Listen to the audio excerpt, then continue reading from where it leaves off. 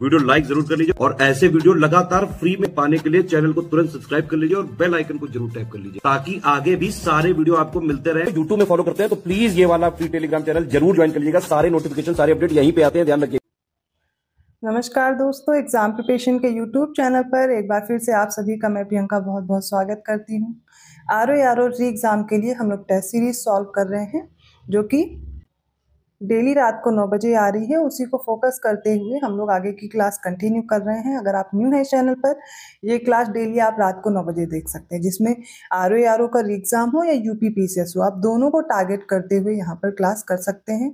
ये आपको जो टेस्ट सीरीज दी जा रही है, अलग अलग मॉक टेस्ट हैं और उनसे जो इंपॉर्टेंट क्वेश्चन हैं वो मैं लेकर के करवा रही हूँ। तो मतलब आप इसमें सीरियल देख रहे होंगे कि बिल्कुल एग्जैक्ट सीरियल नहीं चल रहा होगा। 100 to 150 क्वेश्चंस में लेकर के चलती हूँ और उसमें भी जो आपके क्वेश्चन नहीं आ सकते हैं वो मैं इनको स्किप कर देती हूँ, लेकिन जो मोस्ट इंपॉर्टेंट क्वेश्चंस है वो मैंने रखे हुए हैं। तो डेली इस सीरीज को फॉलो कीजिए। इसमें ज़्यादातर प्रश्न वो मिलेंगे जो लेटेस्ट ट्रेंड रहा है एग्जाम पैटर्न का, जैसे कि क्रोनोलॉजी वाले क्वेश्चन, स्टेटमेंट वाले क्वेश्चन और स्टेटमेंट देकर के पूछना कि इनमें से कौन कौन से कथन सही हैं। ठीक है, इस तरीके के ऑप्शन दे दिए जाते हैं। हिस्ट्री हो, ज्योग्राफी हो, पॉलिटी हो, यूपी जीके हो, सारे सब्जेक्ट आप यहाँ पर कवर करेंगे। तो ध्यान से इस क्लास को देखिए। इसके साथ साथ आप टेस्ट सीरीज ज्वाइन करना चाहते हैं या पेड क्विज लेना चाहते हैं, कंप्लीट क्रैश कोर्स पाना चाहते हैं, इसके लिए आप स्टडी फॉर सिविल सर्विसेज का कोर्स ज्वाइन कर सकते हैं। ये पेड ग्रुप के लिए आपको नंबर्स प्रोवाइड किए गए हैं। व्हाट्सएप मैसेज के थ्रू या कॉल करके आप जानकारी ले सकते हैं। कोशिश कीजिए अभी जो आप पढ़ रहे हैं उसको रिवाइज कीजिए, साथ में अच्छे से प्रैक्टिस कीजिए। प्रैक्टिस के लिए आपको टेस्ट सीरीज अवेलेबल कराई जा रही है, जो कि आपको पता है जो अभी लेटेस्ट ट्रेंड रहा है यूपीपीएससी का और बदलता जा रहा है, तो उसके अकॉर्डिंग आप खुद को तैयार कीजिए। आप वही पैटर्न फॉलो कीजिए, ना कि आप अलग से ऐसा कंटेंट पढ़ रहे हो जो आपके एग्जाम के लिए इंपॉर्टेंट भी ना हो और आपका टाइम वेस्ट हो जाए। ठीक है, तो आपको अब इतना पता होगा, आप एग्जाम देते हुए इतना समझ गए होंगे कि आपको कैसा ट्रेंड और पैटर्न रहा है और कैसे आपको कंटेंट अपना चूज करना है। ठीक है, इसके अलावा मैं जानकारी देना चाहूँगी, अगर आप कोर्स लेना चाहते हैं स्टडी फॉर सिविल सर्विसेज का तो ऐप डाउनलोड कर लीजिए। ऐप से आपको कोर्स मिल जाएगा जिससे आप आसानी से परचेज कर पाएंगे और ज्ञानसर कूपन कोड अप्लाई करेंगे तो डिस्काउंट भी मिल जाएगा। जरूरी नहीं है आप कोर्स ही परचेज कर रहे हैं तभी आप तैयारी कर सकते हैं।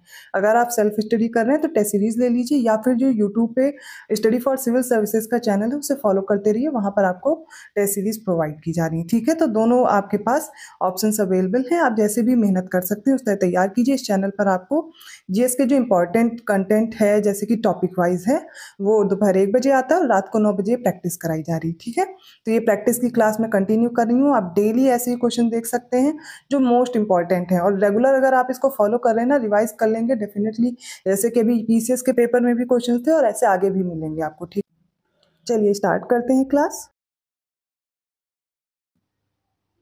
123 क्वेश्चन है, निम्नलिखित कथनों पर विचार कीजिए। पहला है, जब पानी को 0 डिग्री सेंटीग्रेड से 10 डिग्री सेंटीग्रेड तक गर्म किया जाता है तो उसका आयतन पहले घटता है और फिर बढ़ता है। सेकेंड, उबलता पानी आग को सबसे जल्दी बुझा सकता है। थर्ड है, संवहन द्वारा गैसों और द्रवों में ऊष्मा का स्थानांतरण हो सकता है। फोर्थ है, जब पानी से भरे गिलास में तैरता हुआ बर्फ का टुकड़ा पिघलता है तो पानी का स्तर बढ़ जाएगा। बताइए क्या करेक्ट है इसमें। तो पहला स्टेटमेंट देखिए, जब वाटर को हीट करते हैं 0 डिग्री सेंटीग्रेड से 10 डिग्री सेंटीग्रेड तक तो पहले उसका जो वॉल्यूम है वो डिक्रीज होगा फिर इंक्रीज होगा। ठीक है, तो ये पहला स्टेटमेंट करेक्ट है। फिर हम देखते हैं, उबलता पानी आग को सबसे जल्दी बुझा सकता है, करेक्ट है। संवहन द्वारा जो गैसों और द्रवों में ऊष्मा का स्थानांतरण है वो हो सकता है, heat transfer can occur in glass and liquid bye convection, तो संवहन के द्वारा हो सकता है, बिल्कुल सही है। फोर्थ स्टेटमेंट देखते हैं, दिया गया जब पानी से भरे गिलास में तैरता हुआ बर्फ का टुकड़ा पिघलेगा तो पानी का स्तर वही रहेगा, बिल्कुल गलत है। तो यहाँ पर पानी का जो स्तर है वो क्या होगा, वो वही रहेगा, इंक्रीज नहीं होगा, तो यहाँ पर बढ़ जाएगा, दिया गया था, ये गलत हो जाएगा। ठीक है, ऑप्शन यहाँ पर करेक्ट होगा ए। 124 क्वेश्चन है, नीचे 2 कथन दिए गए हैं, एक उसका कथन है दूसरा कारण है। असर्शन रीजन वाले क्वेश्चन आते हैं, इसको आपको देख करके बताना है कौन सा करेक्ट है। तो एक लोलक है और उसका जो आवर्त काल है, ठीक है, वो क्या होता है, गर्मियों में बढ़ेगा और सर्दियों में घट जाएगा। ऐसा क्यों होता है, क्योंकि लोलक की लंबाई गर्मियों में बढ़ जाती है और सर्दियों में सिकुड़ जाती है। क्या सही है? तो जी हाँ, बिल्कुल सही दिया गया ऑप्शन ए। करेक्ट होगा, ए और आर दोनों सही है। क्या होता है, लोलक का जो टाइम पीरियड है वो गर्मियों में बढ़ता है, सर्दियों में घटता है, क्योंकि क्या होता है सर्दियों में उसकी लंबाई जो होती है वो सिकुड़ जाती है, जो उसकी लेंथ है वो कॉन्ट्रैक्ट हो जाती है, जिसकी वजह से इसकी जो लोलक की जो आवर्तकाल है, टाइम पीरियड है, वो क्या होगा, वो यहाँ पर गर्मियों में बढ़ेगा और सर्दियों में घटेगा। ठीक है, राइट आंसर ऑप्शन ए है। 125 क्वेश्चन है, बैरोमीटर की सहायता से मौसम के पूर्वानुमान से संबंधित गलत विकल्प का चयन करना है। ऑप्शन ए है, यदि बैरोमीटर की रीडिंग अचानक गिर जाए तो तूफान आने की संभावना है। ठीक है, बैरोमीटर की अगर रीडिंग अचानक से गिरेगी तो मतलब तूफान आ सकता है, बिल्कुल सही है, तो ये नहीं होगा आंसर। सेकंड देखते हैं, जब बैरोमीटर की रीडिंग धीरे धीरे कम होने लगती है तो दिन साफ होने की संभावना होती है। देखिए, जब रीडिंग धीरे धीरे घट रही है तो मतलब बारिश होने की संभावना है, ये गलत हो जाएगा। और जब बैरोमीटर की रीडिंग धीरे धीरे बढ़ती है तो बारिश होने की संभावना, ये गलत है, क्योंकि तब दिन साफ होने की संभावना होती है। तो यही दोनों हमारे करेक्ट आंसर हो जाएंगे, ऑप्शन बी सही होगा, 2 और 3। 126 क्वेश्चन है, जब चलती गाड़ी में अचानक ब्रेक लगाया जाता है तो गाड़ी में बैठा व्यक्ति आगे की ओर झुक जाता है, और तथा जब कोई स्थिर या खड़ी गाड़ी अचानक चलने लगती है तो गाड़ी में बैठा व्यक्ति झटके के साथ पीछे की ओर झुक जाता है। तो ये क्यों होता है, ये किस नियम का पालन करते हैं? Law of inertia, law of action reaction, law of conservation of momentum, law of conservation of mass. Important है क्वेश्चन, तैयार रखिए। तो यहाँ पर लॉ ऑफ इनर्शिया लगता है, जड़त्व का नियम फॉलो होता है, ऑप्शन ए सही होगा। 127 क्वेश्चन है, निम्नलिखित कथनों पर विचार करें। तो पहला कथन है, इंद्रधनुष का निर्माण पूर्ण आंतरिक परावर्तन और प्रकीर्णन के कारण होता है, due to total internal reflection and scattering. तो क्या ये कथन सही है? जी हाँ, बिल्कुल सही दिया गया है। किसी वस्तु की आवर्धित और आभासी छवि प्राप्त करने के लिए अवतल दर्पण का प्रयोग किया जाता है, मतलब कॉनकेव मिरर की बात हो रही है, तो ये भी स्टेटमेंट बिल्कुल सही दिया गया है। थर्ड है, प्रिज्म से गुजरते समय प्रकाश का बैंगनी रंग सबसे अधिक विचलन दर्शाता है, तो ये भी बिल्कुल सही है, राइट आंसर हो जाएगा ऑप्शन सी, तीनों स्टेटमेंट करेक्ट हैं। 128 क्वेश्चन है, निम्नलिखित कथनों पर विचार करें। पहला स्टेटमेंट है, नाइक्रोम तार का जो उपयोग है वो हीटर, ब्लोअर और इमर्सन रॉड में किया जाता है। सेकंड है, टंगस्टन तार का उपयोग विद्युत बल्ब में किया जाता है। थर्ड है, हेलोजन लाइट्स में पारा और फॉस्फोर का प्रयोग किया जाता है। फोर्थ है, सीएफएल और ट्यूबलाइट में टंगस्टन और सोडियम मिश्र धातु का उपयोग होता है। सारे रीड करिए, वीडियो पॉज करिए और फिर अपना आंसर देखिए। देखिए, जो नाइक्रोम का तार है इसका उपयोग किस में करेंगे? हीटर्स में करेंगे, ब्लोवर्स में करेंगे, इमर्जन रॉड्स में किया जाता है। ठीक है, पहला सही है। ये जो टंगस्टन वायर है इसका इलेक्ट्रिक बल्ब में यूज किया जाता है, आपने बल्ब में देखा होगा, एक जो फोल्डेड स्प्रिंग टाइप का वायर लगा होता है वो टंगस्टन का तार होता है। ठीक है, तो सेकेंड भी करेक्ट है, वो टंगस्टन का तार होता है, तो सेकेंड भी करेक्ट है। थर्ड देखिए, हैलोजन लाइट्स में पारा और फास्फोर का प्रयोग किया जाता है, तो देखिए इसमें ये गलत हो जाएगा, यहाँ पर टंगस्टन और सोडियम मिश्र धातु का होता है। सीएफएल और ट्यूबलाइट में क्या होता है? पारा और फास्फोर का यूज होता है, मर्क्यूरी एंड फास्फोर का। यहाँ पर करेक्ट आंसर होगा ऑप्शन ए, पहला और दूसरा कथन सही है। 129 क्वेश्चन है, आयोडीन और पोटेशियम क्लोराइड के मिश्रण को, आयोडीन को ऊर्ध्वपातन विधि द्वारा अलग किया जाता है। यहाँ पर जो आयोडीन है वो सेपरेट किया जाता है एक मिक्सचर में, बताया जा रहा है पोटेशियम क्लोराइड से, सब्लिमेशन मेथड से। सेकंड है, प्रति विकिरण नली में सबसे अधिक उपयोग की जाने वाली जो वस्तु है वो मरकरी वेपर है और नियॉन है।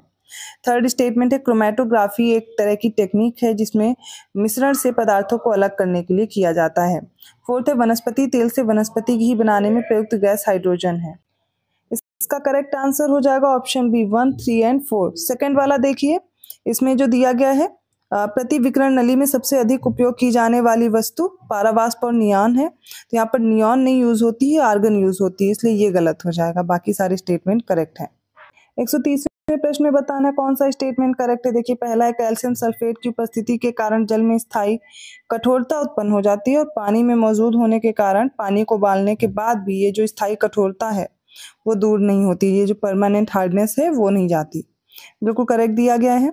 सेकेंड है, ठोस कार्बन डाइऑक्साइड का उपयोग आइसक्रीम के निर्माण में एक प्रभावी शीतलक के रूप में किया जाता है, ये भी करेक्ट है। थर्ड देखिए, एल्यूमिनियम का अयस्क होने के कारण कार्बोरेंडम में एल्यूमिनियम के गुण होते हैं जो कठोर और लचीला होता है, ये गलत दिया गया है। देखिए, एल्यूमिनियम में होता है ये जो कार्बोरेंडम, इसकी वजह से ये कठोर और लचीला नहीं होता है, यहाँ पर ये गलत दिया गया है, ऑप्शन जो सही होगा वो टी हो जाएगा। 131 क्वेश्चन है, पहला स्टेटमेंट देखिए, क्यूप्रिक ऑक्साइड कांच को नीला रंग प्रोवाइड करता है। फिर है सेकंड, ग्लिसरॉल एक कार्बनिक यौगिक है, ये सांद्र नाइट्रिक एसिड और ये जो सांद्र सल्फ्यूरिक एसिड है इसकी उपस्थिति में नाइट्रोग्लिसरीन बनाता है। थर्ड है प्राकृतिक रबर आइसोप्रीन का एक पॉलीमर है जो रबर के पेड़ से लेटेक्स के रूप में प्राप्त होता है। यहाँ पर देखिए कौन से स्टेटमेंट करेक्ट हैं। तो कांच को गहरा नीला रंग जो प्रोवाइड करता है, dark blue colour, deep blue colour जो देता है, वो क्यूप्रिक ऑक्साइड नहीं होता, वो कोबाल्ट ऑक्साइड होता है, कोबाल्ट। ठीक है, तो पहला स्टेटमेंट इनकरेक्ट है। बाकी दोनों स्टेटमेंट बिल्कुल सही है, इनको आप प्रिपेयर कर सकते हैं। Glycerol is an organic compound, it forms nitroglycerin in the presence of concentrated nitric acid and concentrated sulphuric acid. Next statement भी करेक्ट है कि ये जो नेचुरल रबर है ये पॉलीमर होता है आइसोप्रीन का, जो कि लेटेक्स से प्राप्त होती है, जो रबर का ट्री है उसके लेटेक्स से प्राप्त होता है। बिल्कुल करेक्ट है, ऑप्शन बी राइट होगा 2 और 3। 132 क्वेश्चन देखिए, पहला स्टेटमेंट है गहरे समुद्र में गोताखोर हवा के स्थान पर सांस लेने के लिए हीलियम और ऑक्सीजन मिश्रण का उपयोग करते हैं। करेक्ट स्टेटमेंट है। सेकंड है सोडा वाटर की बोतल खोलने पर निकलने वाली गैस कार्बन डाइऑक्साइड है। बिल्कुल सही है। थर्ड स्टेटमेंट है एथिल अल्कोहल को मेथनॉल और पाइरीडीन मिलाकर पीने योग्य बनाया जाता है, सही दिया गया है। फोर्थ है पेट्रोल और डीजल के अधूरे जलने से कार्बन डाइऑक्साइड गैस उत्पन्न होती है, ये गलत हो जाएगा क्योंकि कार्बन मोनोऑक्साइड गैस उत्पन्न होगी। राइट आंसर होगा ऑप्शन ए, पहला, दूसरा और तीसरा कथन सही है। 133 क्वेश्चन है, इनमें से गलत विकल्प का चयन करना है। देखिए इस क्वेश्चन में हमें रॉन्ग जो स्टेटमेंट है उसको देखना है। ठीक है, तो सबसे पहला स्टेटमेंट है टेफ्लॉन का जो उपयोग है वो हम किस लिए करते हैं, नॉन स्टिक बर्तन बनाने में। सेकंड है बेकेलाइट का जो उपयोग है वो कृत्रिम फर्श, रेनकोट, बैग, पर्दे, खिलौने इन सबको बनाने में किया जाता है। थर्ड है पॉलीविनाइल क्लोराइड, इनका उपयोग किस में करते हैं, इलेक्ट्रॉनिक और ऑटोमोबाइल उद्योग में। अब इसमें जो पहला स्टेटमेंट है टेफ्लॉन का यूज किस में करते हैं, तो नॉन स्टिक बर्तनों में करते हैं, बिल्कुल सही दिया गया है, लेकिन हमें गलत विकल्प चुनना है। तो दूसरे विकल्प की ओर बढ़ते हैं। बेकेलाइट का जो उपयोग है वो हम किस में करते हैं, इलेक्ट्रॉनिक्स और ऑटोमोबाइल इंडस्ट्रीज में, ये इनकरेक्ट है। ठीक है, फिर देखिए पॉलीविनाइल क्लोराइड, इसका किस में उपयोग करेंगे। अब ये जो आर्टिफिशियल फ्लोर्स होते हैं, रेनकोट्स होते हैं, बैग्स, कर्टेन्स, टॉयज, इन सब में किसका यूज करते हैं, पॉलीविनाइल क्लोराइड का। तो ये सेकंड और थर्ड इनकरेक्ट है और यही हमारा राइट आंसर होगा, ऑप्शन बी सही है। 134 क्वेश्चन है, निम्नलिखित में से किन बीमारियों से बचाव के लिए नवजात शिशु को डीपीटी का टीका लगाया जाता है। तो देखिए यहाँ पर डीपीटी के टीके के बारे में पूछा गया है, ये किसके लिए दिया जाता है। ऑप्शंस में डिप्थीरिया है, काली खांसी है, टिटेनस है और डायरिया है। ठीक है, देखिए जो डीपीटी का टीका है वो किस में देते हैं, D for diphtheria, P for pertussis, pertussis whooping cough या फिर काली खांसी को बोलते हैं। ठीक है, टी फॉर टिटेनस। तो किसके लिए देंगे, 1, 2 और 3। राइट आंसर होगा ऑप्शन सी। फिर से याद कर लीजिएगा डीपीटी का टीका किस लिए देते हैं हम लोग, डिप्थीरिया, काली खांसी और टिटेनस के लिए। ठीक है, ये बैक्टीरियल डिजीज हैं। अब इनके कॉजिंग एजेंट भी मैं याद करा दे रही हूँ जिससे आपको आगे दिक्कत नहीं रहेगी। तो डिप्थीरिया होता है कोरिन बैक्टीरियम डिप्थीरी। जितने भी बैक्टीरियल डिजीज है उनमें ज्यादातर आप देखेंगे जो कॉजिंग एजेंट हैं उनके नाम में डिजीज का लास्ट में नाम आ रहा होता है। ठीक है, अब आगे देखते हैं, जैसे कि ये पर्ट्यूसिस है, तो पर्ट्यूसिस का जो कॉजिंग एजेंट है वो हो जाएगा हीमोफिलस पर्ट्यूसिस।